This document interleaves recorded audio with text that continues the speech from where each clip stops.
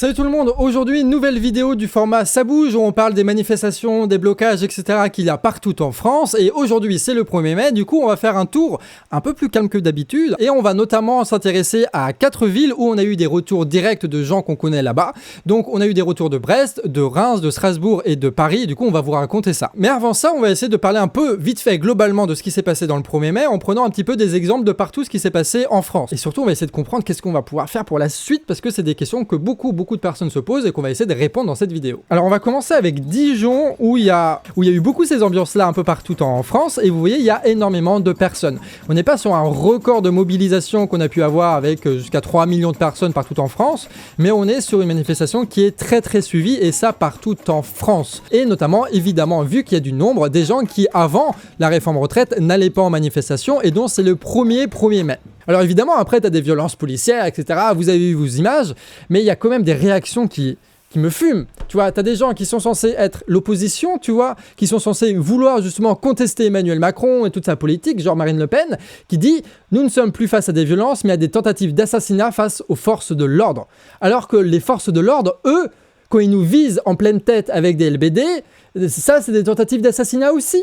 Et du coup, c'est surprenant comment les gens comme Marine Le Pen, à chaque fois quand il faut prendre position sur un conflit, sur des violences, prennent toujours le positionnement de l'ordre dans un moment où cette police précisément est plus que jamais la milice du pouvoir, la milice de la Macronie qui protège ses intérêts parce que sans la police, il n'aura pas pu faire son 49.3. Donc la police sert à justifier les politiques immondes d'Emmanuel Macron et que la police aujourd'hui est utilisée pour essayer de matraquer un maximum les personnes et de faire de la répression pour permettre à Macron de faire ses petites opérations de communication partout en France, donc d'assurer sa réputation. C'est tout. Parce que eux, c'est comme Emmanuel Macron, ils commencent leur campagne juste après les mobilisations et que la loi a été votée. Comme ça, ils peuvent promettre plein de trucs alors qu'avant, ils n'ont pas fait le combat nécessaire, tu vois. Il y a des choses plus intéressantes que ça. Regardez, ça, on va passer à Paris. Une image un peu symbolique de Paris, donc place de la République, si je dis pas de bêtises, je connais pas très bien Paris. Et du coup, ils ont rajouté un gilet jaune, Macron démission, comme ça rappelle de belles époques. Donc, vous voyez un petit peu l'ambiance qu'il y a en France. C'est plus du tout le sujet des retraites ou de la retraite à 64 ans, etc. Aujourd'hui, on veut la démission d'Emmanuel Macron, on veut la fin de ce système-là. Et cette image le montre. Il y a eu d'autres actions aussi intéressantes à Paris qui ont été mises en place. Donc là, c'est par Dernière Rénovation qui est un collectif écologique qui mène des actions directes, symboliques comme ça. Et du coup, eux, ils font des actions, là, pour l'instant, symboliques et mignonnes, hein, de jet de peinture sur les institutions. Et là, c'est le ministère de la Justice qui est arrosé d'orange comme ceci. Ça permet de faire de la communication, ça permet de faire des actions symboliques, ça permet de mobiliser des gens, etc., etc. Et ça se rajoute à tout ce qui s'est passé en France, évidemment. Et donc, tu as Extinction Rebellion, qui était un mouvement qui était avant Dernière Rénovation et avant les soulèvements de la Terre, et qui est un truc aussi de désobéissance qui est né en Grande-Bretagne, mais qui a un peu moins la cote maintenant. Bref, on s'en fout. Qui sont un peu la même génération d'écolos et qui, eux, ont fait exactement la même action, mais chez LVMH. C'est-à-dire que maintenant, les écolos ne s'intéressent pas que aux produits bio, aux machins, comme voulaient nous faire croire les bourgeois qui passent à la télé, parce qu'il n'y a que les bourges qui passent à la télé. Du coup, eux, ils parlent de leur écologie à eux, c'est-à-dire, il faut bien consommer, il faut savoir comment on va dépenser nos 35K par an, etc., etc. Et du coup, eux, ils arrivent devant LVMH, l'homme le plus puissant de France, l'homme le plus riche de France, le premier oligarque français, et ils arrosent totalement de peinture sa putain d'entreprise de Louis Vuitton. Ça, quel plaisir aussi de voir ça, et toujours un visage découvert, je trouve ça incroyable. Ils ont quand même du courage de faire ça. Et ça, s'il vous plaît, ça a été vu 2 millions de fois. Mais au-delà de ces actions, il s'est passé pas mal de trucs intéressants à Paris, notamment dans la manifestation qui est en train d'ailleurs de toujours continuer. Ça part en manif sauvage un petit peu partout, on en parlera un petit peu après dans la vidéo. Ce qui est intéressant déjà de montrer, c'est que la manifestation parisienne était assez particulière. Pourquoi ? Parce qu'en fait, il y avait, vous savez, le fameux cortège de tête qui est devant les syndicats, qui est un mélange de plein de personnes. Souvent, c'est des personnes qui n'ont pas de drapeau, qui n'ont pas de gilet, etc. et qui juste manifestent comme ça et qui peuvent partir en sauvage à n'importe quel moment. Et ben, ce cortège de tête qui, au début, je vous le rappelle, du mouvement social n'existait pas, aujourd'hui, il est ultra massif à Paris et il n'y a en fait quasiment presque que de ça. Pourquoi ? Pour 2 raisons. Déjà, la première, c'est que les syndicats ont arrêté d'essayer de cadrer les choses, etc. parce que petit à petit, ils abandonnent un petit peu le projet, tu vois. Et secondement, en fait, les gens, ils sont tellement déter qu'ils veulent continuer, ils veulent aller en manif sauvage s'il le faut, ils veulent pas respecter les règles imposées par les syndicats, etc., etc. parce qu'on n'est pas là pour ça, quoi. Et qu'au bout d'un moment, faire bastination, c'est chiant. Je suis désolé, c'est chiant. Et du coup, la manif parisienne, c'était déjà beaucoup de ça, c'est-à-dire des cortèges qui sont très denses, France, avec très peu de drapeaux syndiqués, avec très peu de gilets syndiqués, et ça c'était partout dans la manifestation. D'ailleurs, ce qui est très intéressant aussi, ce qui s'est passé, qu'on l'avait relayé dans une précédente vidéo, c'est que tu as Jérôme Rodriguez qui avait fait un appel pour former un cortège gilets jaunes devant la manifestation 1er mai à Paris, et que du coup tu as eu un gros cortège comme ça qui s'est mobilisé devant, avec des Black Blocs, avec des gilets jaunes, avec énormément de gens différents, et du coup c'est super stylé avec un drapeau breton, incroyable. Et il y avait aussi ce type-là qui est un peu un enfoiré. Pourquoi est-ce que je dis ça? Pourquoi est-ce que je l'affiche comme ça? Ce type-là, tu avais nos contacts à Paris qui étaient du coup en train de chercher Jérôme Rodriguez et le cortège pour le rejoindre, tu vois, parce qu'il avait fait un appel. Et ce type-là, du coup, il avait balancé plein de fausses informations en mode « Ah mais non, mais en fait, il n'y a pas de cortège, et puis Jérôme Rodriguez, il est à Nantes, il nous a abandonnés, etc. etc. » pour qu'on essaie de se diviser un maximum, tu vois, entre nous, et faire en sorte qu'il y ait de la méfiance en permanence pour essayer d'empoisonner les relations de confiance qu'on avait établies avec Rodriguez, qui est là depuis le début, qui organise des choses toujours carré et qui assume toujours. Et ben non, lui, il était là pour balancer son poison, et évidemment, on reconnaît derrière les drapeaux monarchiques, etc., etc. On sait d'où viennent ces personnes-là, et on sait c'est quoi le boulot qu'ils font. D'ailleurs, dans son discours insupportable de culpabilisation des gens, on n'est jamais précis sur qui sont nos adversaires, etc., etc. Bref, vous connaissez un peu les bails, mais ce type-là, du coup, a essayé de nous diviser, et il va falloir faire attention parce que ce soit les monarchistes, mais plus globalement, on va en parler dans d'autres vidéos, des milices un peu bizarres qui sont mis au service aux côtés de la police pour dégager et dégommer des manifestants qui essayent de lutter contre le pouvoir en place, qui essayent de lutter pour la revalorisation des salaires, etc., etc. Ça arrive de plus en plus souvent et il va falloir apprendre à les gérer, ça aussi. Et vous voyez là, on voit en avance rapide un peu tout ce qui s'est passé. Donc il y a quelques drapeaux, mais c'est un peu ici et là, tu vois pas grand chose et t'as aucun ballon syndical. T'as tout le monde qui marche comme ça et qui vont un peu n'importe où. Et vu que t'as les flics qui, en fait, barraient les grandes voies, etc. pour éviter à tout prix que ça parte en sauvage, et ben, en fait, les gens, ils étaient obligés de prendre des petites rues et du coup, ça partait en plein de petites manifestations en permanence, ce qui fait que même lorsque tu quittais la manifestation, t'étais quasiment obligé d'en rejoindre une autre parce que c'était le bordel dans tous les sens, comme vous le voyez ici. Donc là, vous voyez par exemple que vous avez un camion, mais c'est pas un camion syndical, c'est un camion des jeunes communistes. Et derrière, t'as 2-3 personnes qui suivent, mais pas grand chose. Avant, les gros des manifestations, c'était les organisations politiques. Maintenant, les organisations politiques, il n'y a plus rien. En plus, souvent, elles sont restées en arrière, tu vois, surtout toutes les trucs d'extrême gauche, etc., le prolétariat, machin, ils sont restés en arrière pour être sûrs d'être bien entre eux, tout au fond du cortège. Et devant, tu avais plein de gens qui s'identifient pas avec des syndicats, qui s'identifient pas avec des partis, etc., etc., et qui veulent autre chose. Et c'est pour ça que là, c'est parti en mode manifestation spontanée. Il y avait eu un appel pour rejoindre la place de l'Opéra à 20h, sauf que ça part à l'Élysée, et que du coup, tu as énormément de policiers qui se remobilisent pour essayer de protéger l'Élysée, pendant que tu as d'autres manifestations qui sont à l'Arc de Triomphe, etc., etc. Tu as plein de trucs qui sont en train de se passer dans tous les sens. Rien n'est contrôlable. C'est difficile là de vous expliquer un peu plus en détail ce qui est en train de se passer parce que c'est en train de se passer et du coup on n'a pas de recul là-dessus. Mais ce qui est sûr, c'est que les gens ne s'arrêtent pas à la manifestation. Ils continuent après à faire des manifestations sauvages à l'image des Gilets jaunes, c'est-à-dire sans objectif précis en tête, ça part dans tous les sens et c'est ingérable par la police.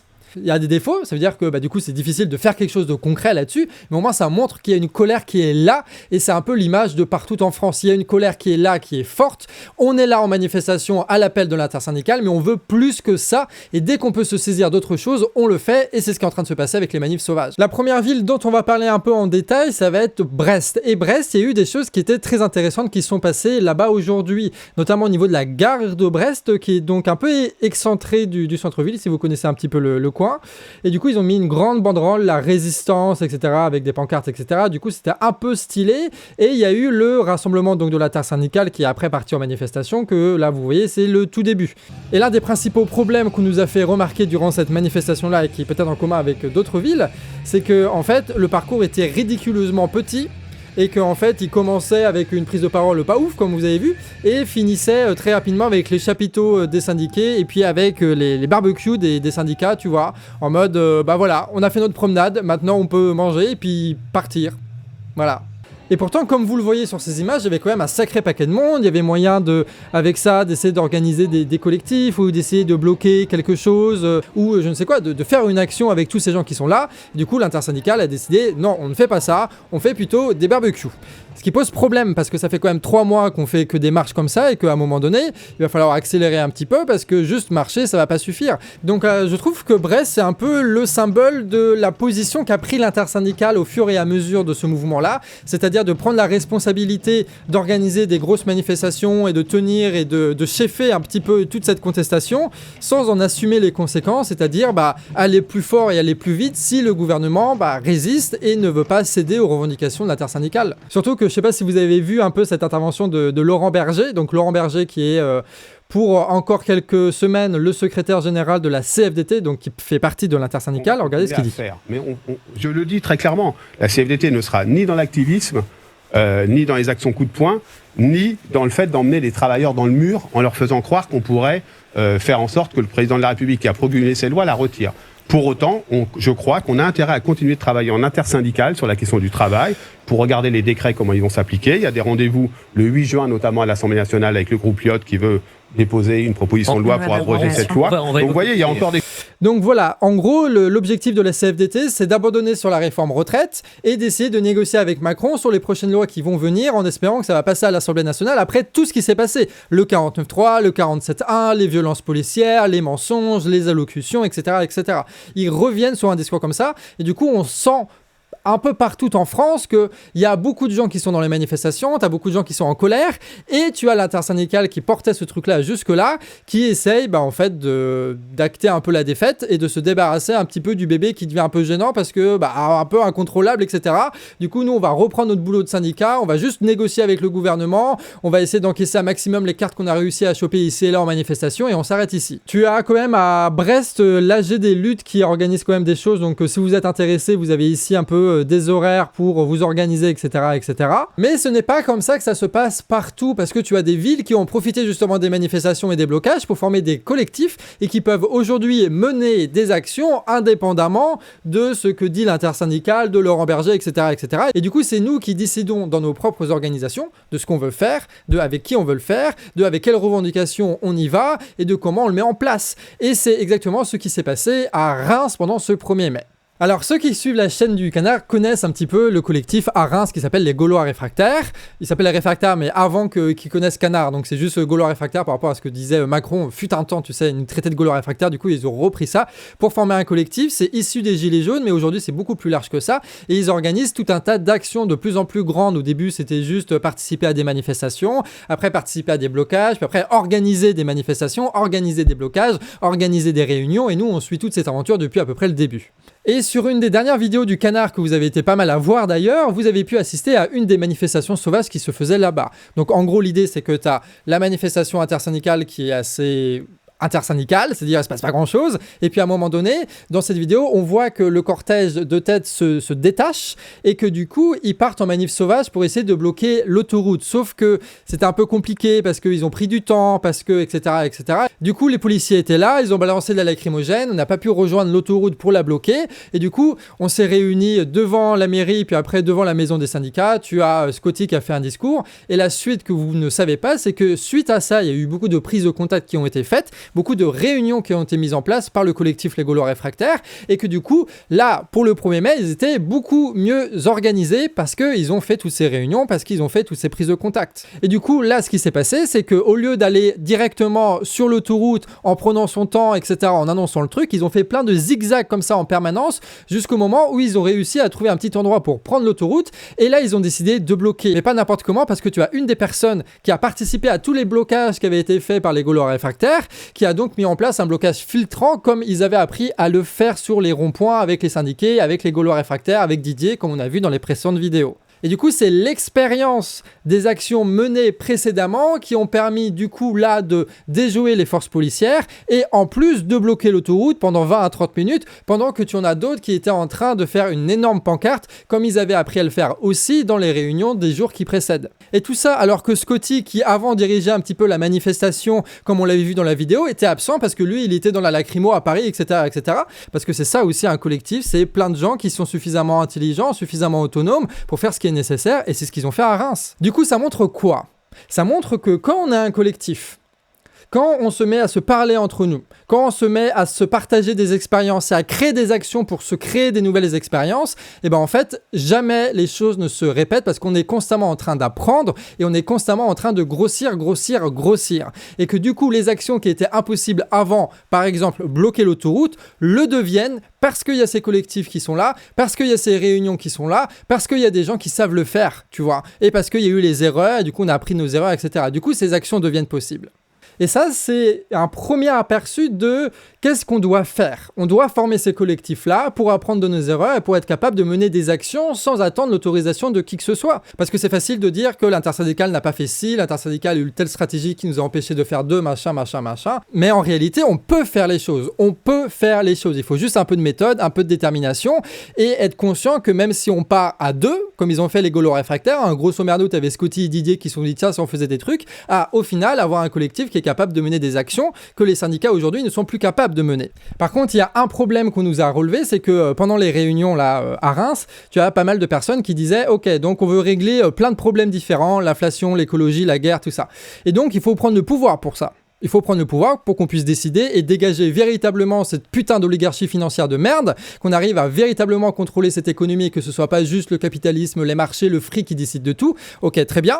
Mais du coup, une fois au pouvoir, on fait quoi techniquement ? Et c'est là où il va y avoir un énorme travail, en plus de celui d'organiser des actions au-delà des syndicats, c'est de réussir à organiser des réunions, des confs, des discussions, des vidéos, des partages, etc., pour essayer de comprendre la situation dans laquelle on est, de faire des liens entre l'inflation, la guerre, l'autoritarisme de Macron, l'extrême droite qui commence à péter des câbles, etc., pour comprendre véritablement qui sont nos ennemis et qu'est-ce qu'on peut faire pour les contrer une fois qu'on sera au pouvoir, parce que ça va être ça l'objectif, ça va être de les contrer en prenant le pouvoir. Et pour réfléchir à tout ça, il faut des réunions, il faut des confs, il faut des discussions, et du coup il faut des organisations larges de collectifs qui proposent à la fois des analyses et des débats, etc., et des actions. Mais il y a une autre ville où c'est encore plus intéressant, c'est Strasbourg, avec notamment le collectif qui est un peu le collectif qu'on suit aussi depuis son évolution, qui est le collectif On crèvera pas au boulot. Un collectif qui est lui aussi créé des anciens réseaux gilets jaunes et qui se sont organisés au début à 3-4 en mode vas-y on est fatigué un peu, mais à la réforme retraite faut qu'on tente des trucs,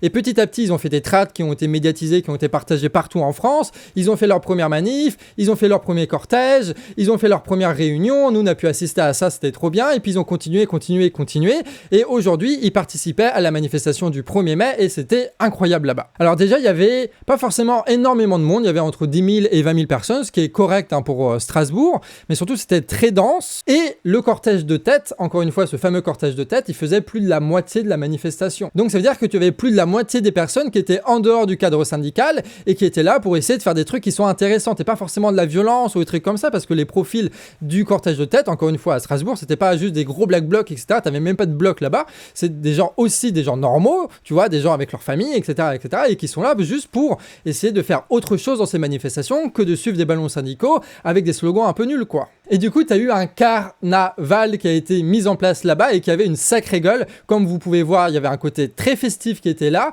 et très critique en même temps. Quelque chose de nouveau qui permettait un peu de dire, bah voilà, le 1er mai, c'est pas une journée comme les autres, c'est pas une manifestation comme les autres. Et il y avait notamment des carnets de chants qui ont été distribués et que du coup, tout le monde chantait ici et là. Tous ceux qui voulaient un peu se divertir, ils pouvaient le faire avec ça. T'as même Alternativa qui ont un peu pété un câble et qui ont fait, tu sais, un truc où tu mets ta tête dans un trou. Et en fait, le dessin que ça faisait, c'était toi en black bloc en train de péter une banque, de mixer les trucs enfantins et les trucs black bloc comme ça, c'est incroyable. Et ils avaient aussi fait toutes des, je sais plus comment on appelle ça, des trucs en forme de, il y avait un truc en forme de Macron, un truc en forme de Bernard Arnault, un truc en forme de Darmanin, et donc tu avais aussi Macron du coup dans sa casserole avec des pavés en carton, tu sais, qui pouvaient balancer comme ça sur Macron. Et évidemment c'est symbolique, hein, évidemment on n'allait pas croire que machin c'est une invitation à quoi que ce soit, hein. C'est des pavés en carton, du coup c'est juste si on veut se défouler un petit peu sur une maquette comme ça plutôt que d'aller dans la rue avec les black blocs, c'est ça l'objectif, hein. Non, je dis ça parce que à un moment donné, t'as des manifestants, ils ont pris la casserole avec Macron et ils l'ont brûlé, et du coup t'as la préfète de Strasbourg qui a pété un câble en mode on ne touche pas à l'image du président de la République, nous allons mener une enquête judiciaire pour savoir qui a fait ça, etc. sais, c'est comme le Macron, il peut pas être critiqué au Stade de France, le Macron, il peut pas être critiqué à la télévision, le Macron, on peut rien faire avec Macron, on peut même pas le brûler, machin, alors que dans le carnaval, c'est la tradition de brûler les structures comme ça, tout a été brûlé, à chaque fois, même à Guingamp, à chaque fin de carnaval, ils brûlent les trucs, donc c'est juste une tradition du carnaval, mais là, c'est trop parce que ça entache l'image de Macron, qui est évidemment le monarque, qui est évidemment une image divine qu'il ne faut absolument pas tâcher, et c'est le boulot de la police, évidemment, et des préfectures, de s'intéresser à la communication du président de la République. Évidemment, nous sommes en France. Alors le carnaval, il était organisé par des copains de On crèvera pas au boulot, donc bon, évidemment, avec le problème de la préfet, on va éviter de dire des noms ou quoi que ce soit, mais ce qui est intéressant, c'est que ça s'est passé après tout ce qui s'est passé avec Emmanuel Macron, qu'on avait pas mal référencé aussi, tu sais, où Macron était venu, que eux, ils ont réussi à trouver des chemins détachés pour faire un maximum de bruit sur les échafaudages, etc., etc., et ça avait énormément médiatisé et attiré de nouvelles personnes, et ces nouvelles personnes ont donc rejoint le collectif, et ils les ont rejoints dans cette manifestation, ce qui leur a permis de faire pas mal de trucs, d'être bien filmés, etc., etc. Donc là encore, comme Reims, il y a une dynamique de plus on fait des trucs, plus on gagne la confiance des gens, plus il y a des gens qui nous rejoignent, plus on a des meilleures idées, plus il y a des choses différentes qui se font, plus c'est diversifié, plus on est conscient de ce qui est en train de se passer dans la société parce qu'il y a tout le monde qui donne son avis, et du coup, plus on est en cohérence avec tout ça, et plus on peut organiser des actions. Et donc c'est ça en fait la logique, je pense, qui est la plus intéressante, parce que ça marche, c'est de former ces collectifs-là, de les grossir de plus en plus, et de toujours mener des actions en faisant en sorte un maximum de débattre ensemble sur l'analyse pour se mettre d'accord sur qu'est-ce qui est en train de se passer, qui sont nos ennemis, et où est-ce qu'il faut frapper. Mais là où c'est encore plus intéressant, ce qui se passe à Strasbourg et qui montre que eux, ils sont en train de passer une vitesse supérieure, c'est pas l'action qui a été faite là le 1er mai, mais une action qui a été faite il y a quelques jours. Alors ça paraît con les images que vous voyez là, mais du coup en gros c'est une manifestation qui se faisait devant la gare, et puis tout d'un coup ils sont tous allés sur les rails, ils ont envahi les rails de la gare à Strasbourg. Cette action-là, elle est sympa, mais le plus important, c'est de savoir qui c'est ce il. Ce il, c'est l'intercollectif. C'est-à-dire que tu as On crèvera pas au boulot, qui est à Strasbourg, qui est implanté, qui est très bien organisé, qui est suivi, qui ont une page Facebook qui fait énormément de vues, etc., etc. Donc c'est un peu la base. Et tout autour de On crèvera pas au boulot, donc autour de Strasbourg, tu as énormément de collectifs qui se montent aussi et qui ont un peu le même objectif, la même organisation qu'On crèvera pas au boulot, et qui se sont dit, nous aussi, on va mener des actions. Et du coup, c'est plus un collectif qui mène une action sur une ville, c'est un territoire entier rempli de collectifs qui sont ensemble, qui font des réunions ensemble et qui font des actions ensemble. S'ils veulent faire des actions sur les autoroutes, s'ils veulent faire des actions sur les centres commerciaux, s'ils veulent faire des actions sur les radars, s'ils veulent faire des actions sur les banques, s'ils veulent lancer des manifestations, s'ils veulent lancer des blocages, etc., etc., ils peuvent le faire à l'échelle départementale. C'est-à-dire qu'ils commencent à être autonomes et à pouvoir poser eux-mêmes leurs dates. Et ça dans une période où, je le rappelle, on est encore tous contre cette putain de loi retraite. On est contre Emmanuel Macron, son autoritarisme et le fait qu'il nous détruise économiquement, d'accord? Et en même temps, on veut autre chose que ce que le présentent les syndicats. Et on va subir l'inflation encore plus, et on va subir la guerre encore plus, et tout ça, tout ça. Et tous ces éléments, ça fait que t'as énormément de gens qui ont la rage, qui ont la colère, qui veulent agir. Et du coup, ce collectif-là va être capable de proposer des actions d'envergure. Et ça, c'est beau, ça c'est fort, et ça c'est, je pense, un des principaux objectifs qu'on doit atteindre, être capable, indépendamment de l'intersyndicale, de pouvoir poser des dates de manifestation. Donc tous ceux qui voudront agir rejoindront ce genre d'action. Et c'est ça qu'il faut, c'est ça qu'il faut, c'est ça qu'il faut. Pour moi, l'enjeu de cette réforme-là, c'était pas de l'enlever, parce que Macron est prêt à tout, que t'as le monde de la finance qui est derrière pour faire de la pression, etc., etc., comme on va l'expliquer dans une prochaine vidéo. L'objectif, c'était de faire en sorte qu'il y a quelque chose qui se lance durant cette loi retraite et qu'on arrive à faire ce qu'on n'avait jamais réussi à faire avant. Et c'est précisément ce qui est en train de se passer avec ces collectifs. On a réussi, je vous le rappelle quand même, à faire des manifestations géantes encore et à péter tous les records. Je vous rappelle aussi qu'on a réussi à chaque fois que la situation changeait avec le 49.3, avec les manifs, etc., à trouver des solutions avec les manifs spontanés, avec les casserolades. Et je vous rappelle qu'avec ces casserolades-là à la con, et pourtant on n'était pas très nombreux à les faire, on a réussi à foutre en l'air totalement la politique de communication d'Emmanuel Macron et du gouvernement. Partout où ils allaient, on était là pour les emmerder, on était là pour gâcher leur opération de com, et on était là pour annuler leur visite. Et pareil pour le SNU. Et vu que la situation ne va pas s'arrêter là avec l'inflation, avec la guerre et avec l'écologie, ça va continuer sous une forme ou sous une autre. Même si ça se calme, ça va reprendre puisque la situation, encore une fois, n'est pas tenable. On arrivera à passer à la vitesse supérieure, non pas en se radicalisant en mode on casse des trucs, etc., le black bloc, machin. C'est pas ça la solution parce qu'on voit bien que ça ne suffit pas non plus. Non pas qu'il faut condamner les violences, etc., on s'en fout, tu vois. Enfin, ça c'est largement mérité que les banques se fassent déglinguer, d'accord? Mais si on veut passer à la vitesse supérieure, c'est des actions plus larges qu'il faut entreprendre, c'est convaincre un maximum les personnes de rejoindre ces collectifs-là et proposer des choses nouvelles que les syndicats n'ont jamais fait. En général, il faut faire tout ce que les syndicats n'ont pas réussi à faire, c'est-à-dire des actions coordonnées avec un maximum de personnes qui parlent de toutes les problématiques, y compris l'inflation, y compris l'écologie, y compris la guerre, y compris les revalorisations de salaire, parce que ça va être ça les enjeux dans les prochaines semaines, etc., etc. Cette période de révolte n'est pas finie et elle continuera tant qu'il y aura des sujets de révolte et ça va s'accélérer de plus en plus avec le temps. Et en ne cédant rien, Macron nous oblige à aller toujours plus loin dans l'organisation et c'est ce qu'il faut faire. C'est ça la leçon du 1er mai 2023. J'espère que cette vidéo vous a plu. En tout cas, nous, au Canard Réfractaire, on est toute une association avec plusieurs salariés pour vous produire toutes les vidéos que vous voyez sur la chaîne. Et il va y en avoir d'autres dans la semaine qui vont être intéressantes, genre des analyses sur l'inflation, des témoignages sur l'inflation et d'autres formats de la sorte, des nouvelles choses qu'on tente. Du coup, si ça t'intéresse, tu peux t'abonner, mais surtout, tu peux nous soutenir financièrement parce que nous n'avons pas de subvention de l'État et nous n'avons pas non plus de milliardaires qui nous filent nos salaires. On est totalement indépendants et ça a un coût, c'est de faire des campagnes de financement et de le réussir tous les ans pour qu'on arrive à continuer à vivre et à se renforcer. Du coup, tu trouveras en description le lien pour nous soutenir si ça te botte. Et sur ce, à la prochaine.